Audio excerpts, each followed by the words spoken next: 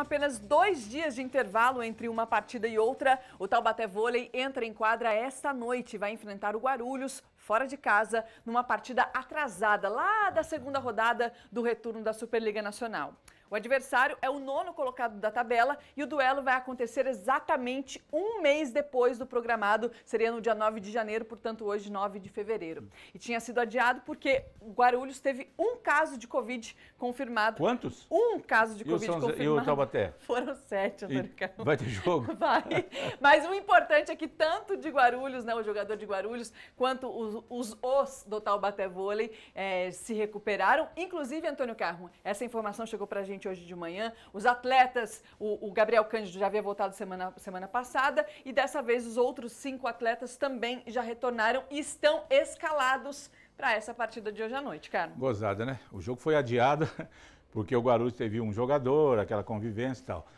O Taubaté, com todos esses jogadores, está jogando, né? Uhum. Então são coisas diferentes. Agora, André, sejamos justos, né? O time do Taubaté reserva, com todo respeito. O Taubaté tem um time, André, que o time reserva do Taubaté, ele, com todo respeito. Não dá nem para chamar de reserva, não, né? Ele é melhor do que alguns times que estão jogando. Se esse time reserva do Taubaté, se estivesse com a camisa do Vôlei Ribeirão, do Guarulhos, ele estaria ali em 6º, 7º lugar, né? Numa situação melhor.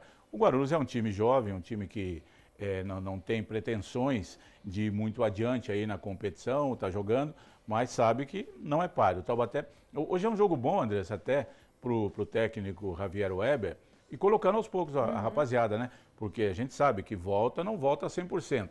Tá liberado, ok. Então, põe um pouquinho, joga meio 7, entra no outro e vai se acertando. Parece aí, que voltou realmente na medida, né, cara? Porque quinta-feira que vale, né? Hoje é um jogo, teoricamente, muito tranquilo. O Taubaté chegar lá em Guarulhos, fazer 3-0, sem forçar muito e se preparar para quinta-feira. Aí sim, é um jogo eliminatório, um jogo só contra o Campinas, lá em Saquarema, no Rio de Janeiro, valendo vaga para a grande decisão da Copa Brasil de vôlei. Então hoje é mais, repetindo, com todo respeito, né? A gente sabe, mas é mais um jogo, né? Um treino de luxo para o Taubaté acertar a casa, né? Tendo condições de colocar a rapaziada aí para jogar, pensando na partida de quinta-feira, que vai ser muito mais difícil.